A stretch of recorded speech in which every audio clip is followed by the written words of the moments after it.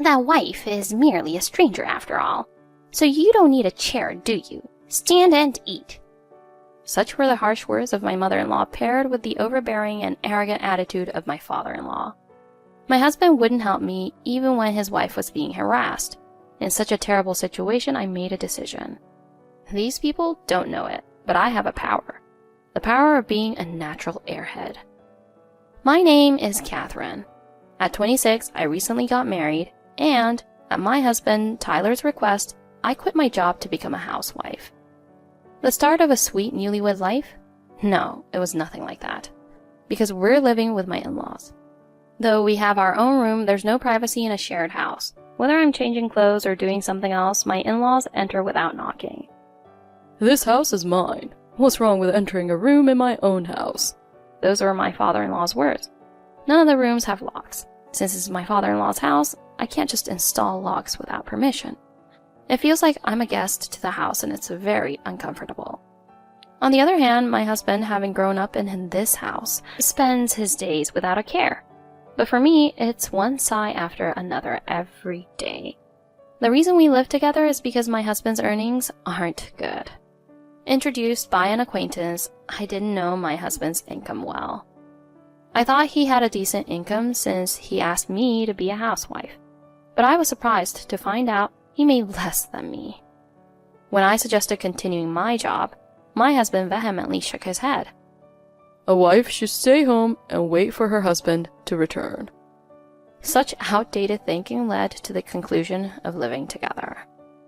My dad holds a decent position at a well-known company. The house is big enough. Living together should be fine, right? No, not fine at all. However, caught up in the excitement of the wedding, I hadn't thought it through. I want to sit down and give my past self a talk for agreeing so easily. After returning from our honeymoon, we headed to my in-laws' house where we would live. As soon as we opened the door, my mother-in-law greeted us. Oh, Tyler, welcome back. You must be tired. You should go and take a nice hot bath. What was that, Slam? My mother-in-law, who greeted us at the door, pushed Tyler inside, closed the front door right in front of me before I could enter. It was so close to my nose. I think it even grazed the tip of my nose, too. What just happened? Why close the door? I tried to open it, but it wouldn't budge. She locked it instantly. Excuse me. Please open the door. Hello? After pounding on the door for a while, it finally opened. Oh, you're here. I totally forgot about you. That's all she said before heading inside. Unbelievable, isn't it? Maybe a boxing bell rang in my head at that moment. That was just the beginning of my in-laws' outrageous behavior. The wife is merely a stranger after all. Since we're letting a stranger live here, you'd better do your part properly. Here we go again. You should get up at 4 a.m. every morning. First, sweep outside the house, and then prepare breakfast. Ask everyone what they want for breakfast the night before.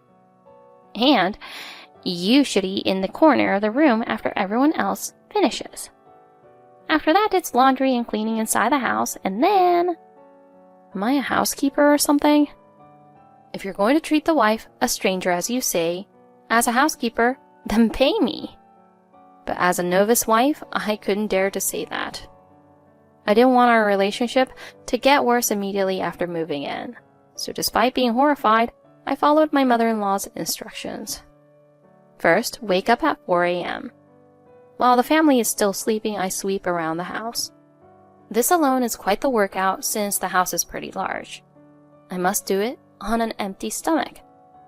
After that's done, I prepare breakfast.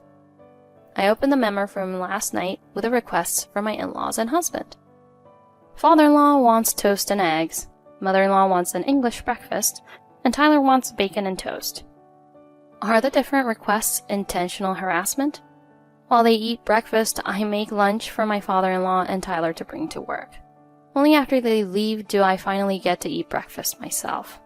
Just as I sit down, my mother-in-law bangs the table for some reason. Startled, I look at her face that resembled that of a demon. Are you okay? Catherine, what was that earlier? What was what? The corn soup you served me for breakfast. Didn't you like it? Like it? That was just instant soup. You just added hot water. Yes, but how else can I make corn soup? Corn soup is made from real corn. Use a blender.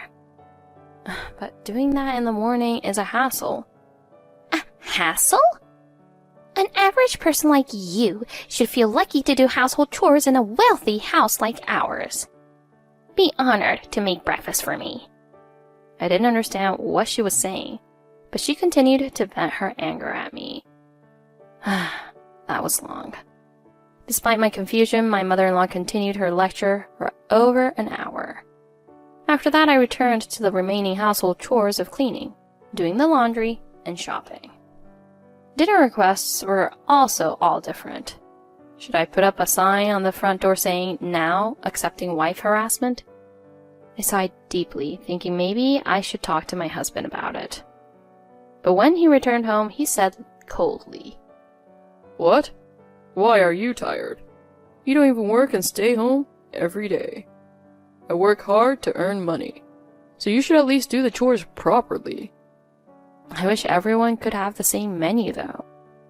Why would I care? Is it that bad to request what we want?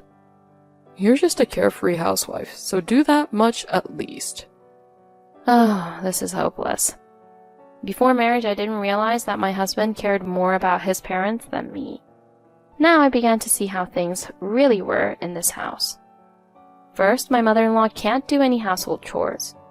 When she saw me using instant broth cubes, she made a puzzled face, asking what it was. She's never held a knife and doesn't know how to use a vacuum cleaner or washing machine. Essentially, I replaced their previous housekeeper. And my father-in-law must always come first in everything. He believes his meal should be served first, but cooking has a sequence, and sometimes his meal is prepared last. He sulks and refuses to eat, wasting food, so I have to apologize and coax him to eat. He loves to be the first to take a bath too. If he can't get in immediately after coming home, he gets grumpy. But his return time varies every day, so I never know when he'll be home. Though I thought being wealthy meant not worrying about bills, my mother-in-law scolded me, saying, "It's wasteful." So it seems the wealthy are frugal. Not knowing when my father-in-law would return, if I filled the bath after his arrival, he'd get cranky. What a useless wife. Furthermore, I was terrified when my father-in-law once demanded, Hey, Catherine, scrub my back in the bath. I responded with no way. Angry at my reaction, my father-in-law yelled, You're the wife. My word as your husband's father is a given. That's ridiculous. I firmly refused, so they unplugged the bath before I could use it, leaving me with just showers for 3 days straight after that. But as the last to bathe after my in-laws and husband, I was fine with just a shower. Little did my father-in-law know that I preferred it. However, after a month, I was exhausted from such a lifestyle. One day, I reached my limit. Where's my seat? One evening at dinner, my chair was missing. I tilted my head in confusion as my mother-in-law smirked. You don't need a chair, do you? What? I said you don't need a chair. I told you a wife is a stranger. We have no seat for a stranger here. So stand and eat. Excuse me? A wife sitting with us is too presumptuous. As my mother-in-law made this outrageous statement, my father-in-law smirked. My husband ate silently, not caring at all. In that moment, something snapped. I decided I didn't need to tolerate this anymore. That night, I decided to take action. People often called me natural. I didn't understand it, but it was possibly because I act on my impulses. This morning, as usual, I woke up at 4 a.m. to sweep in the dim light. Halfway through, I saw some early risers, like neighbors heading to work, jogging, or delivering newspapers. I've become familiar with my neighbors. A lady in her 60s who goes for an early walk every morning greeted me. Good morning. You seem busy today, too.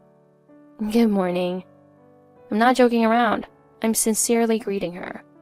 But with a slice of bread in my mouth, it's hard to speak clearly. Are you okay? The lady looked concerned. It's hard to eat bread without a drink. Why are you eating while cleaning? What happened?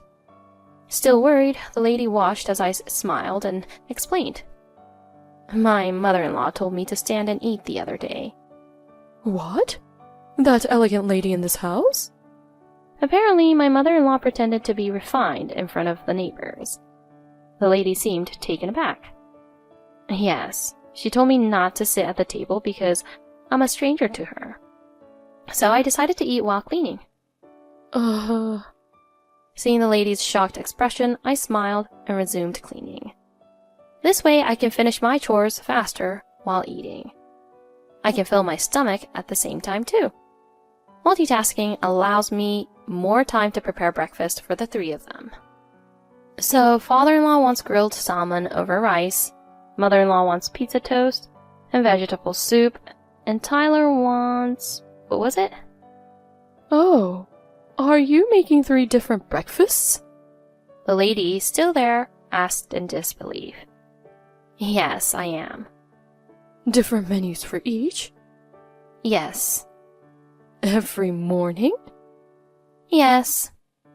Why is she so surprised? As she shook my shoulders, I answered her questions. Leaving the dumbfounded lady behind, I quickly finished cleaning and went inside. Once the 3 of them finished breakfast, Tyler and my father-in-law left, and my alone time with my mother-in-law began. Catherine, about the soup this morning. I took out some earplugs and put them in my ears. What? What are you doing? Hearing her faintly, I answered, wearing earplugs. My mother-in-law widened her eyes. You! How dare you! Listen to my valuable advice. Excuse me, but could you move over? I need a vacuum. Listen to me first. Please, you're in the way. Earplugs make it hard to tell where the sound is coming from. As I swung the vacuum cleaner around, it hit my mother-in-law's foot. She groaned in pain. Please don't stand behind me without a sound. Are you okay? Ew. I vaguely heard her muttering, but the earplugs were working. I should have done this sooner. Earplugs are a godsend. Oh, there's pasta for lunch. Just microwave it before you eat. Microwave? Not hearing her well, I nodded to whatever she said and resumed vacuuming. Listen to me. Earplugs and vacuuming are the perfect combo. Though my mother-in-law looked like she was yelling, I couldn't hear her at all.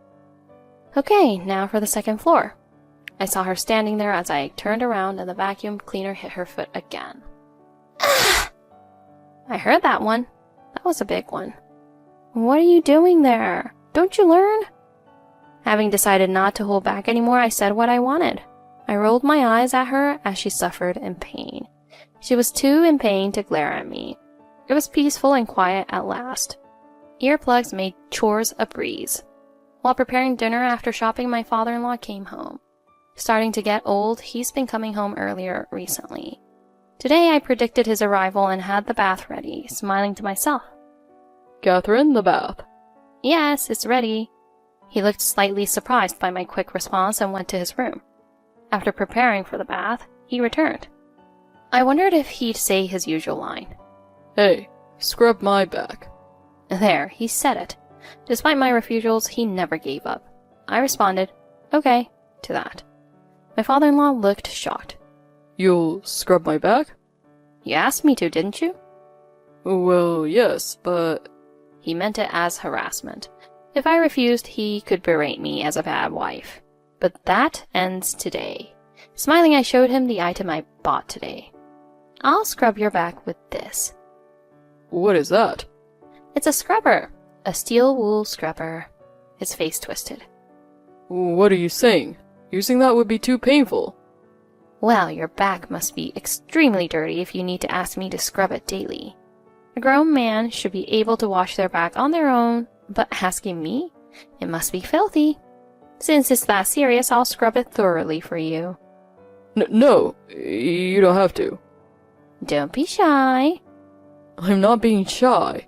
I'm telling you, you don't have to. Here, let me scrub like this. I scrubbed his arm with a brush. Oh, enough. No more. He screamed and fled. Too bad, I prepared it just for him. Maybe I'll use it on my mother-in-law later. Satisfied with my plan, I continued making dinner. My mother-in-law's screams echoed that night. After a few days, my husband returned from a business trip, looking frantic. Oh, you're back. I thought you'd return tomorrow. My parents called, so I came back early. What do you think you're doing? I'm just following your parents' wishes.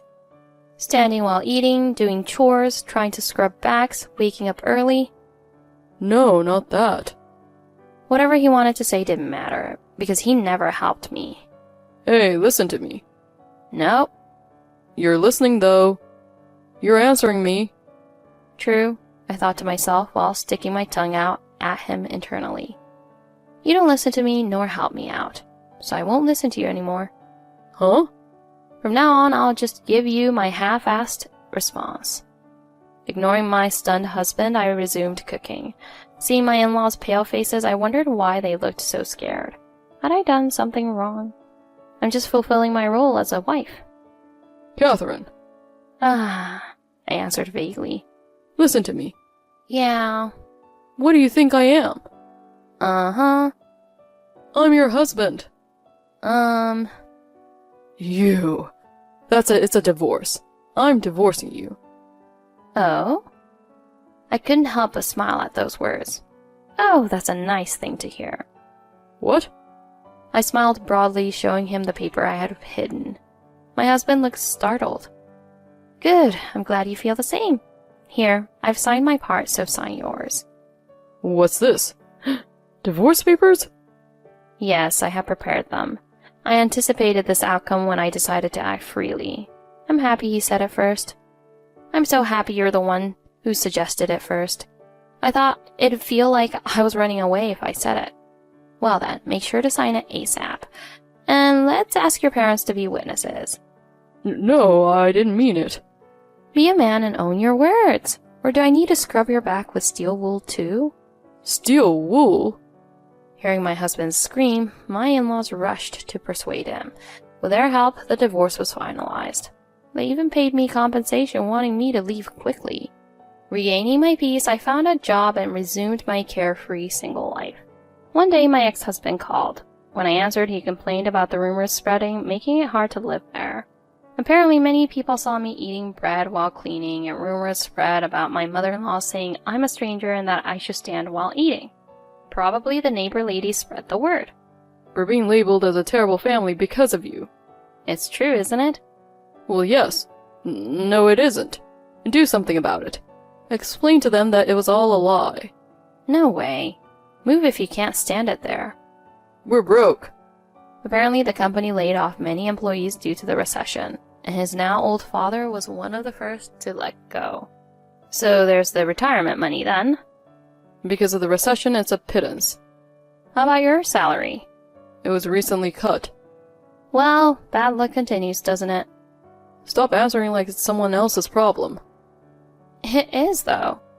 Don't say that. You work, right? Please help me. I don't help those who didn't help me when I needed it. With that, I hung up and blocked his number. I have no idea what happened to them after that. Passing by their house one day, I saw it was gone, the land empty. So I guess they moved. Imagining them in a small apartment, not having enough money for a table, so eating while standing, made me chuckle.